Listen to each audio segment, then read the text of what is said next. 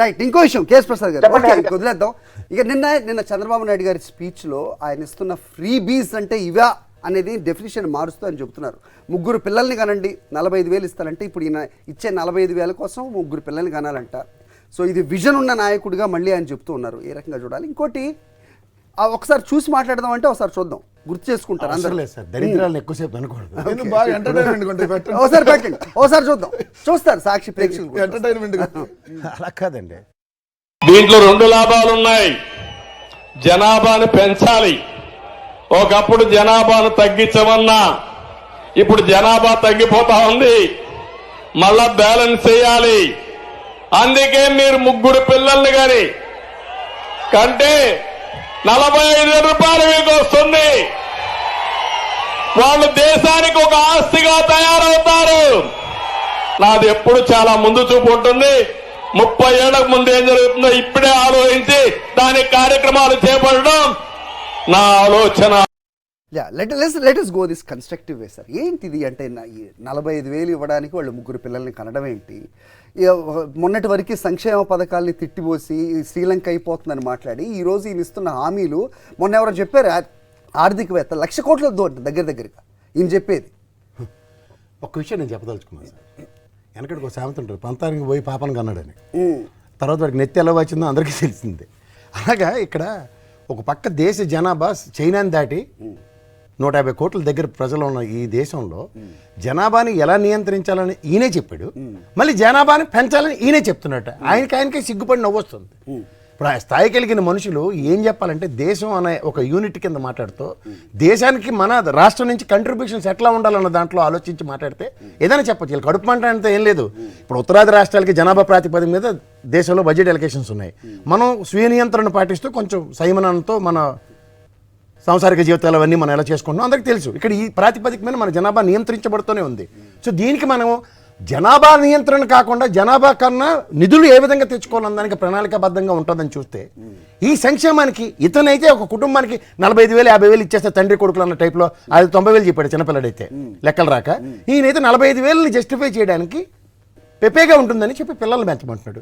ఇది వాస్తవానికి ఎంత దారుణమైన పరిస్థితులు అంటే ఇవి ఇలాంటి వాటికి ఇవన్నీ వెనక్కి ఎవరు వెళ్ళరు. ఇందాక మీరు ఉపద్ఘాతంలో చెప్పారు చూడండి, వెనకాతలు ఏం జరుగుతుందో మనకి అందరూ మర్చిపోతాం అనేది. పూర్వం ఆ దిక్కుమాల పేపర్లు చదివి చచ్చివాళ్ళు, ఇప్పుడు అందరూ అవన్నీ ఫ్రీగా ఇస్తున్నారు. తెలుసా మీకు? ఈనాడు ఆంధ్రజ్యోతి ఫ్రీగా తగలెడుతున్నారు రాష్ట్రంలో ప్రజలకి అబద్ధాలు. సో ఇక్కడ ఏమవుతుందంటే ఎప్పుడైతే ఈ న్యూస్ అన్నదాన్ని స్ప్రెడ్ చేసుకుంటూ పోయారు అనుకోండి, 45,000 ఇస్తారు కుటుంబానికి అన్నది పడుతుంది దగ్గర, వెనకనికి 3 పిల్లలు ఉంటే అన్నది ఆబ్జెక్ట్ జస్టిఫై అవ్వదు. ఈ 5 ఏళ్ళు పడుతుంది 3 పిల్లల్ని నిజంగా కనాలన్నా సరే over a period of time. ఈ సంక్షేమం అందిది లేదు, సచ్చిది లేదు. అండ్ మోర్ ఓవర్ ఇవాళ ఎప్పుడైతే ఈ ప్రభుత్వం స్థిరంగా ఒక హ్యూమన్ ఇన్వెస్ట్మెంట్ మీద దీన్ని మోడ్యులేషన్స్ చేసుకుంటూ వెళ్తున్న దగ్గర ఈ సంక్షేమాలు ఆ కుటుంబాలకి ఫలితాలు రాబడుతున్న దగ్గర ఈ డైజెస్ట్ కాక నా ఆయనలో ఎందుకు జరగలేదన్న దానికి విపరీత ధోరణి ప్రదర్శిస్తున్నారు. ఈ విపరీత ధోరణి యొక్క సారాంశం ఏంటంటే వీళ్ళు అదే పని చేయడానికి సమాయత్తమై ఉంటున్నారు. ఇక్కడ ఏం లేదు, కర్ణాటక మొదలెట్టారు ఉచిత బస్సు, తెలంగాణ మొదలెట్టారు ఉచిత బస్సు, ఇప్పుడు ఆంధ్రాకి కూడా అదే. ఇప్పుడు ఇంకోటి వెంకటరెడ్డి గారు, ఇప్పుడు బీజేపీ మీరు అన్నట్టుగా వీళ్ళు 3 వెళ్తుంటే కనుక ఇప్పుడు చంద్రబాబు నాయుడు ఇస్తున్న ఈ హామీలకి దాదాపు 1,00,000 కోట్లు దాటుతున్న ఈ హామీలకి బీజేపీ కూడా ఎండార్స్ చేస్తుందా? 2014 ఎన్నికల్లో వాళ్ళు వెళ్ళేటప్పుడు అదే చెప్పారు.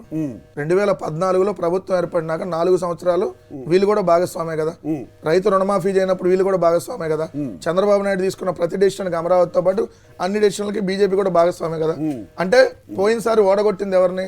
తెలుగుదేశం బీజేపీ ప్రభుత్వాన్ని ఓడగొట్టారు. దానికి మద్దతు ఇచ్చిన పవన్ కళ్యాణ్ కూడా ఓడగొట్టారు. ఒక చంద్రబాబు నాయుడు ఓడిపోలే 2019 ఎన్నికల్లో. మొత్తం మూడు కలిపినటువంటి పార్టీలను ఓడగొట్టారు. మళ్ళీ వీళ్ళు ఇప్పుడు మేము కలిసి వస్తాం, ఇవన్నీ హామీలు ఇస్తాము అని అంటే ఏ విధంగా ఇస్తారని పబ్లిక్ కూడా క్వశ్చన్ చేసిద్ది కదా. ఇప్పుడు ఇంకోటి మీరు అన్న ఉచిత బస్సు ప్రయాణం కాదు, ఉచిత మద్యం కూడా రేపొద్దున అనౌన్స్ చేయబోతున్నాడు చంద్రబాబు నాయుడు. ఇంటింటికి మద్యంతో పాటు తినడానికి స్నాక్స్ కూడా నెల నెల ఇంత సప్లై చేస్తాం. ఎందుకంటే ఇప్పుడు ఆయన అంటున్నాడు కదా, తమ్ముళ్ళు సాయంత్రం అయితే క్వార్టర్ పెగ్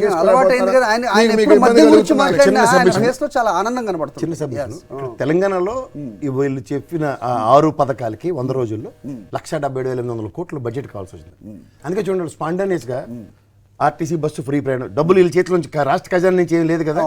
నెక్స్ట్ ఆరోగ్యశ్రీని 10 లక్షలు పెంచి, ఈ 2 10 లక్షలు పెంచి, ఈ 2 ఎలా అంటే రాష్ట్ర ఖజానాకి భారం పన్ను ఇన్స్టంటేనియస్ గా ఫలితాల రూపంలో చూపిస్తున్నారు. But where it comes to నిన్న ఆయన ఒక ఇంటర్వ్యూలో ఇస్తూ వాళ్ళ దగ్గర నుంచి 1% పెంచి ఇక్కడ సర్దుతాడట.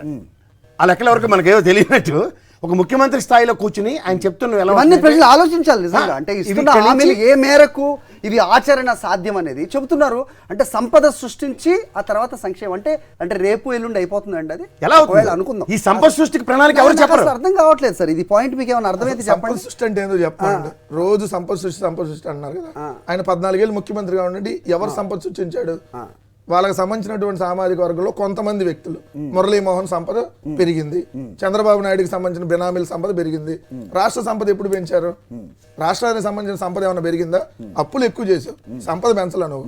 2014 నుంచి 19 దాకా అయినటువంటి అప్పులు మనం ఎప్పుడు ఏ గవర్నమెంట్ కూడా చేయనంత అప్పులు చేసి ఇంకా పెండింగ్ బకాయిలు పెట్టెళ్ళి నువ్వు సంపద సృష్టించకపోగా ఉన్నటువంటి రాష్ట్రాన్ని దివాలా తీసేటటువంటి క్రమంలోకి తీసుకుని వెళ్ళావు. సాక్షాత్ ఈనాడు పత్రిక రాసింది కదా, జగన్మోహన్ రెడ్డి గారు అధికారంలోకి వచ్చే ముందు రోజు, ప్రమాణ స్వీకారం చేసే ముందు రోజు నీ పత్రికలో వచ్చిన వార్త ఏంటి?